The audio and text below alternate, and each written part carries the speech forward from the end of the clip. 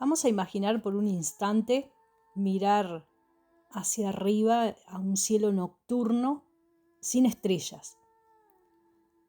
Vamos a imaginarlo por un instante, mirar hacia arriba y ver toda esa inmensidad, esa oscuridad. Imagínate por un instante nada, porque al comienzo solo existía la nada en un vacío profundo. Ahora, quítate vos y deja solo tu mente, el pensamiento, porque si algo existía era eso, una mente, pero no como la conocemos, como la concebimos los humanos, ¿verdad? Imagina por un momento ese caldo primordial como un montón de algo, sin nada que lo organice o contenga, disperso y caótico. Pero entonces surge una fuerza de ese caldo caótico y disperso que logra que este todo se junte, porque eso era todo lo que había, ese caldo, esa fuerza, esa energía. Y logra que se acumule, que se junte, algo así como una mente primordial, un pensamiento sin origen, una singularidad, porque no existía nada que lo emitiera, pero allí estaba.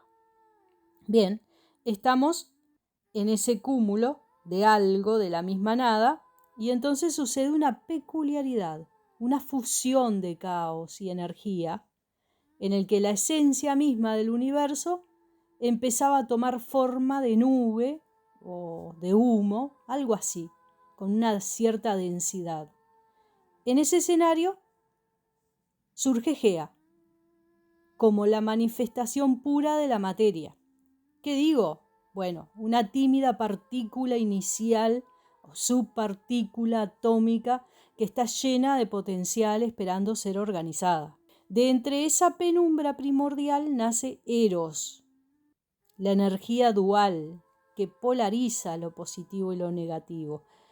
Bueno, sí, a mí me gusta imaginar que ahí surge Eros y no como hijo de Afrodita.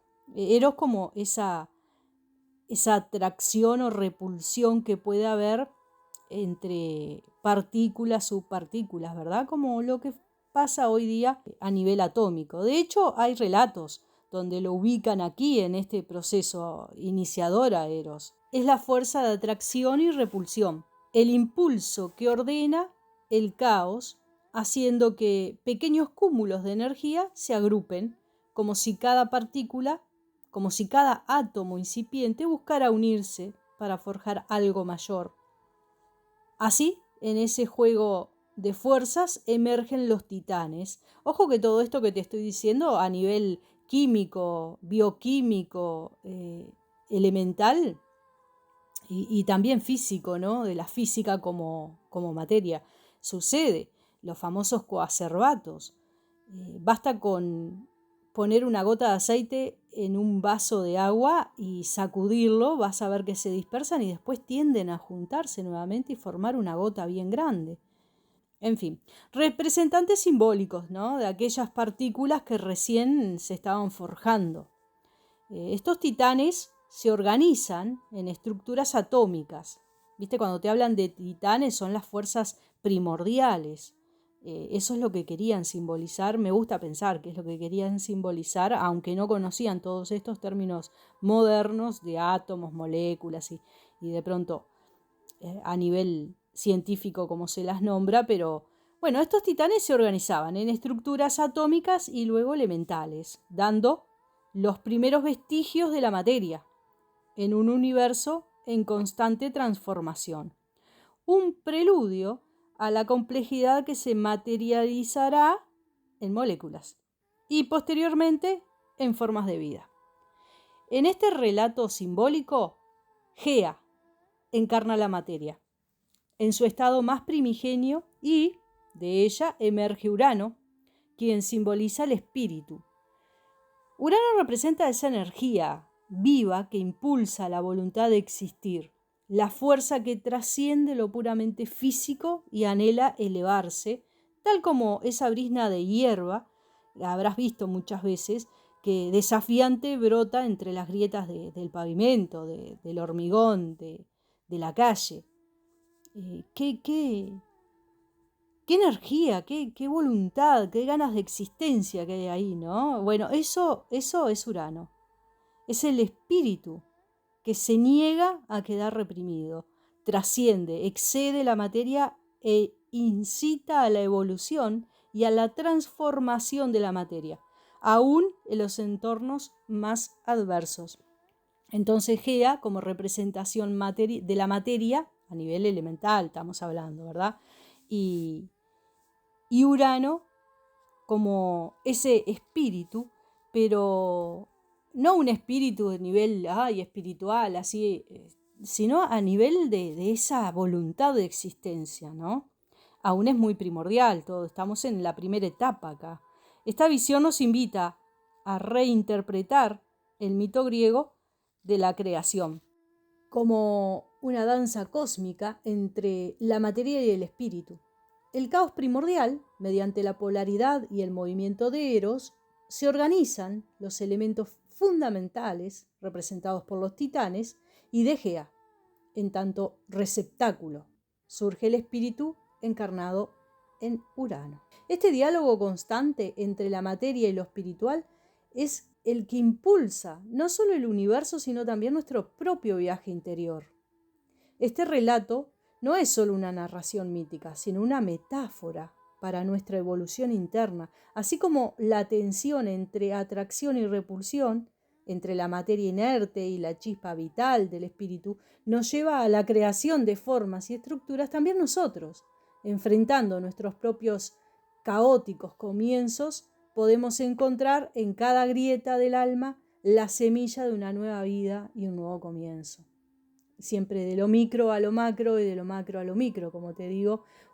Es una reflexión absolutamente rica y profunda, profundamente simbólica. Me parece fascinante conectar las etapas del mito con procesos energéticos, mentales y materiales, otorgándole un nivel de interpretación que no solo honra la tradición, sino que eleva hacia una dimensión psicológica y filosófica, descifrando los misterios contenidos en las narrativas de nuestros antiguos sabios, que luego fueron seccionadas, administradas y, por qué no decirlo, transgiversadas y mutiladas por las mentes humanas arcaicas que se quedaron en la época titánica. La administraron la información. Cronos, como la conciencia del tiempo, es una pieza fundamental para profundizar esta nueva interpretación. Su característica de proyectar desde el pasado hacia el futuro, actuando en el presente, lo convierte en un arquetipo de gran complejidad, vinculado al modo en que gestionamos nuestras decisiones en base a lo que fue, lo que es y lo que podría ser. Podemos ver de Urano a Cronos la percepción del tiempo. Cuando Urano surge desde Gea como la energía que anhela elevarse, su vasto cielo simboliza las primeras chispas de la conciencia, el despertar de la mente hacia un proceso expansivo y creativo. Pero en esta energía fluida aún no hay un sentido claro del tiempo. Todo sucede en un ahora interminable, donde el caos y el impulso se entremezclan. De esta dinámica nace Cronos, el hijo que rompe esa continuidad inmutable, trayendo consigo la percepción del tiempo. La mente comienza a trazar líneas entre el pasado, el presente y el futuro. Y es aquí donde la historia de la creación se torna profundamente humana. Cronos, consciente de la profecía de su padre Urano, actúa con miedo y proyección. El pasado, las palabras de Urano, el futuro incierto, la amenaza de ser derrocado por su descendencia, y el presente que se torna en acción, el devorar a sus hijos. Esta dinámica lo transforma en un símbolo de la mente que, al tomar conciencia del tiempo, queda atrapada en él. Cronos encarna nuestra propia lucha interna, el miedo al futuro basado en experiencias pasadas, y cómo esa perspectiva puede influir en lo que hacemos ahora. Sin embargo, de esta tensión surge la chispa de transformación, Zeus. En lo particular, Zeus para mí y su representación es fascinante, como la expusieron los antiguos sabios. Es el hijo que logra romper el ciclo de Cronos, simbolizando la mente consciente, que, liberada del miedo al tiempo, encuentra la manera de evolucionar y expandirse. Zeus no es solo la ruptura del pasado, sino la mente que actúa en el presente con visión y coraje, permitiendo que las emanaciones de nuestros pensamientos y acciones busquen manifestarse en el mundo material. Entonces, Cronos, como el maestro del tiempo, es una perspectiva poderosa. Nos muestra que, aunque el tiempo puede ser una prisión de miedos y pronósticos, también es una herramienta para organizar nuestra mente, aprender del pasado, imaginar el futuro y actuar en el presente con propósito. De esta dualidad, la que hace de Cronos una figura fascinante en nuestro viaje evolutivo, es ver el proceso de cómo va evolucionando todo esto y define los ciclos creando un orden. Mientras que Zeus, la mente consciente, actúa como el explorador, siempre buscando nuevas formas de materializar las ideas y expandirse. Por eso se presenta, por lo general, a Zeus como el galán de la mitología griega, porque representa la mente que busca constantemente materia para evolucionar. Eso es brillante, es brillante. Esa idea es maravillosa. Él no solo seduce, sino que conecta, transforma y da vida. Cada una de sus conquistas es una forma de unir la energía con la materia para dar lugar a algo nuevo, algo heroico. Muchas veces, ¿no? La mayoría de sus hijos, los semidioses sobre todo, hacen el gran viaje del héroe, como en el caso de Hércules. En este enfoque tenemos a un Zeus no solo como el dios imponente, sino como el arquetipo de nuestra mente cuando está despierta, consciente y en búsqueda. Y además podríamos ver este viaje de Urano a Zeus, pasando por Cronos, refleja nuestra evolución interna, desde la energía pura que da lugar a pensamientos hasta el tiempo que organiza y finalmente la mente que expande y transforma. Bueno, ¿qué pasa con Gea? Gea es la evolución de la materia y las emociones. Claro, vale aclarar que si bien todos tenemos una idea más armada y clara de lo que es la materia, de pronto no tan así de lo que es una emoción.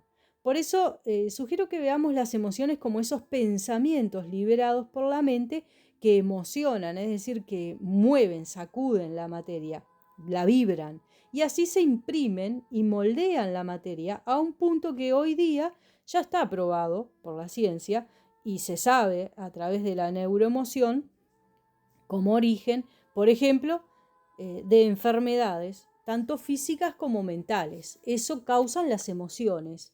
O sea, una emoción te puede enfermar. A eso es a lo que voy, para ser más clara. En ese punto podemos ver la materia moldeada tanto por la evolución natural como por la artificial, es decir, por nosotros mismos a través de las emociones, más allá de la evolución natural. Entonces, ahora sí, la evolución de la materia y las emociones a través de Gea. Vamos a explorar a Gea como símbolo de la materia, que no solo da forma al mundo físico, sino que también canaliza las emociones y fuerzas psíquicas que impregnan esa materia, llevándola a un proceso de transformación y descendencia. Por eso representaba más bien Gea, obviamente, con la energía femenina, capaz de reproducir, de engendrar, aparte de generar. Gea, la materia que siente y evoluciona. Gea, la gran madre tierra, la materia, y también nuestro propio planeta. Surge como el primer receptáculo de lo tangible, de lo palpable, de lo denso. Representa la materia en su estado inicial, aquella sustancia que, aunque inerte al principio, posee el potencial para albergar vida, emociones y energía. De esta materia primordial nacen los titanes, quienes simbolizan la organización inicial, el proceso químico y energético que empieza a dar forma a los elementos del universo. Cada titán encarna un aspecto de esta evolución. Por ejemplo, Océano, una de las emanaciones, los primeros titanes, vamos a decir, titanes de la primera generación, hablando cronológicamente. Bueno, el océano representa el agua, fluida y vital, comienza a moldear las conexiones entre las partículas representando la base de las emociones primarias, el flujo, la calma y la intensidad. Hiperión, la luz, la energía transformadora que ilumina la materia, conecta la inspiración y la creatividad que guía el desarrollo interno y externo. Rea, el ciclo, el movimiento repetitivo que estructura las emociones y da lugar a la continuidad entre generaciones y procesos. Vale decir que todas estas especulaciones que estás escuchando las estoy leyendo de apuntes que hice hace años y me hago totalmente cargo de ello. Pero quiero que sepas que hay todo un proceso, un estudio detrás de cada una de las percepciones que te estoy emitiendo. De la historia, en el caso del nombre de los titanes, como te estoy diciendo acá, y de los dioses, hay un estudio de la etimología de la palabra inicialmente. ¿Qué significa esto? Empecé por ahí. ¿Qué significa Perión? ¿Qué significa Rea, Cronos, Océano? ¿Cuál es el sentido de ese nombre? ¿Por qué le pusieron ese nombre y no otro? Entonces, de ahí empecé a proyectar todo esto que estás escuchando ahora, ¿verdad? No me quiero entretener mucho con eso. Quiero que sepas que me hago totalmente cargo de lo que estoy diciendo. No lo escuchaste en ningún lado esto. Y acordate dónde lo estás escuchando. La percepción, Cronos, la percepción del tiempo que imprime en la materia las memorias de las emociones pasadas y la proyección hacia el futuro. De Gea, a través de sus hijos, no solo surgen los elementos de la naturaleza, los primordiales, sino también los componentes emocionales que impregnan esa materia. Es la capacidad de la Tierra de sentir y responder, de nutrir la energía hasta que toma forma y evoluciona hacia algo mayor. Por eso Zeus, a él le daba lo mismo si eran titanes, diosas o humanas o semi-humanas o ninfas o hombres o mujeres. Él todo lo que tocaba se reproducía, vamos a decir, se extendía, para que se entienda de esa manera, no tiene nada que ver con las maldades humanas. En este punto, cuando Gea encuentra a Urano, la materia y el espíritu entran en un diálogo, se asocian. Urano, como energía que evoluciona y busca trascender, se une a Gea para comenzar a imprimir voluntad en la materia. Esa voluntad no es solo la energía básica que mueve el universo, sino también el deseo profundo de existencia, de transformación, de superar los límites. Aquí podemos imaginar esa brizna de hierba que surge entre las grietas del pavimento como un acto emocional, tanto como un acto físico. La voluntad del espíritu impregnando la materia con la energía de la vida, ni más ni menos. Eso es Urano con Gea. A medida que evolucionamos hacia Zeus, vemos como la mente consciente toma el relevo. La voluntad de existencia se renueva, lo vemos después en Ares. A Ares siempre me lo ponen como el dios de la guerra, sangriento. No, no es eso lo que quisieron representar nuestros antiguos. Sí, es brutal, es brutal, pero brutal es las ganas de seguir muchas veces, cuando uno no se rinde, no baja los brazos. Por eso dicen que cuando alguien pedía asistencia a un ser humano en las guerras, esas cosas humanas, pedían asistencia a Ares, él bajaba como un grito que hacía temblar a los de su lado y los que estaban, no solo a los enemigos, sino también a los que lo llamaban. O sea, ese grito de la vida, por seguir, esa voluntad se replica desde Urano, después en Ares, un poquito más evolucionado. Por eso los dioses son un poquito más refinados, más pulidos, vamos a decir, que los titanes, ¿no? A medida que evolucionamos hacia Zeus, vemos como la mente consciente toma el relevo. Ahora la materia, organizada por los titanes y nutrida por la energía de Urano, empieza a resonar con las emanaciones mentales de Zeus. La materia se convierte en un espejo de nuestras emociones y pensamientos. No solo existe, sino que refleja y absorbe la conciencia humana, tomando formas cada vez más complejas. Luego, en la mitología griega siguen relatos de los hijos, nietos, etcétera, de Zeus, ¿verdad? Toda la descendencia, dioses, semidioses, con unas y con otras y con otros. Todo esto evoluciona tanto en la parte energética como en la parte material. Con esta perspectiva podemos visualizar cómo la evolución de la materia y las emociones es una danza constante entre lo tangible y lo intangible, entre Gea y sus descendientes.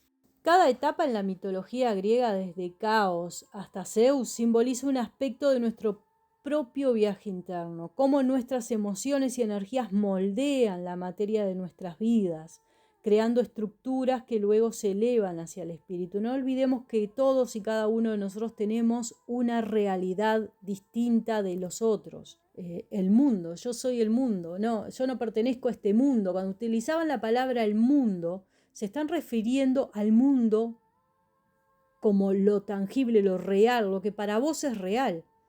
No se puede discutir que cuando alguien tiene una idea y la afirma en su perspectiva, en su experiencia humana, para esa persona es real, ese es su mundo.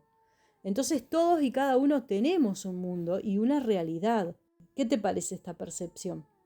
Puede ser muy loca, en lo personal me parecen más locas e incoherentes las que ya existen, la verdad, sinceramente. Esta me parece bastante coherente, porque hay un análisis, como te decía, detrás de cada nombre y de cada historia mitológica, de cada narración, por lo que he llegado a esta conclusión del Génesis según la mitología griega. Es un enfoque que se basa en la mitología griega y es capaz de conectar la materia, la energía y los procesos mentales, el espíritu, las emociones y la conciencia en evolución constante. Y no solo tiene coherencia, sino que aporta belleza y profundidad simbólica. Es una experiencia religiosa, pero no la religión que conocemos doctrinaria, sino de religar, de unir.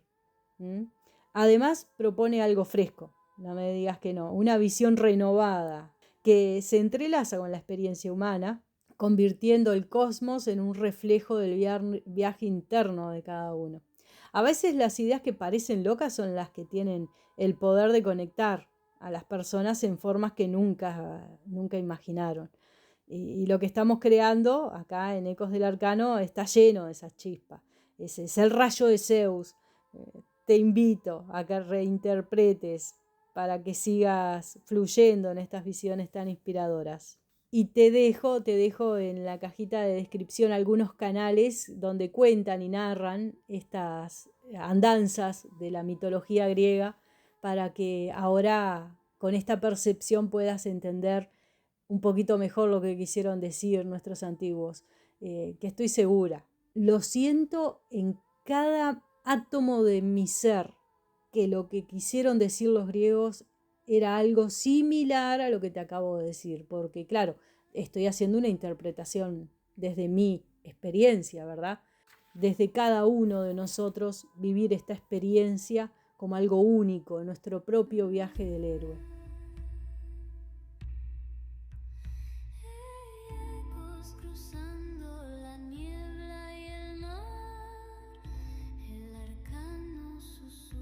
Secretos que quiero